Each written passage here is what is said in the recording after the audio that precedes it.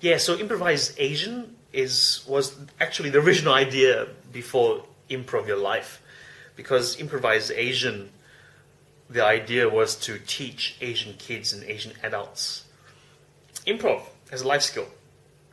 Because I'll give you the idea why the premise is that. Because especially with new immigrant, like first generation Aussie kids, or if they've just moved down, the cultural difference is that typically in primary school, they'll do primary school, but that yet they still have tuition. They'll have tutors teaching them primary school stuff. Okay. And if they get below a certain mark, they get shamed by the parents, by peers, by whatever, because of the whole culture issue with that. If you wanna look more in detail, think of the Tiger Mum incident, right? Or you just search it online.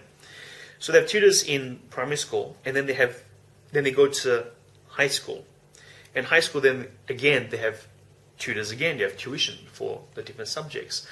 Year 9, year 10 in Australia, then they get to choose subjects, and then typically they're encouraged to choose subjects such as physics, maths, those subjects where the answers are absolute, whether it's right or it's wrong. There's no room for interpretation, like art, like English. Do you know what I mean?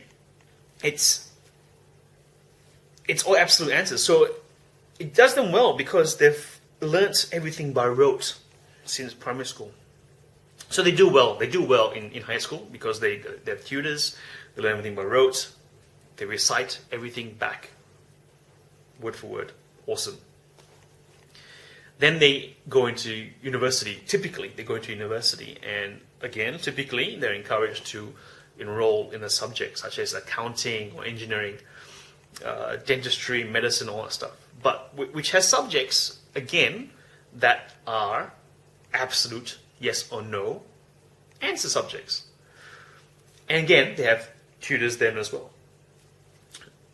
So they go through university. They may have a cadetship if it's accounting or engineering. They may have a cadetship whereby they'll still work and uni.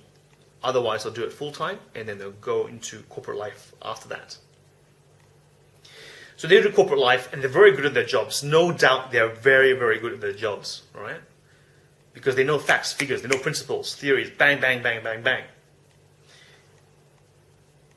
So when they get up to middle management, when they need to manage people on a more of a general scope, not just within their team, which typically a smaller team typically are very similar personalities, right? But once you get up to middle management, you have a whole different set of personality to deal with.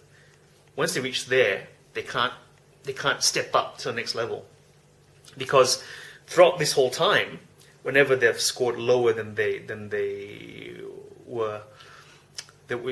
were assumed to, or what the parents think they should have, they were shamed, and they felt rejected, and they hated it, right? Who wants to feel rejected? Who wants to feel rejected? Who wants to feel unloved?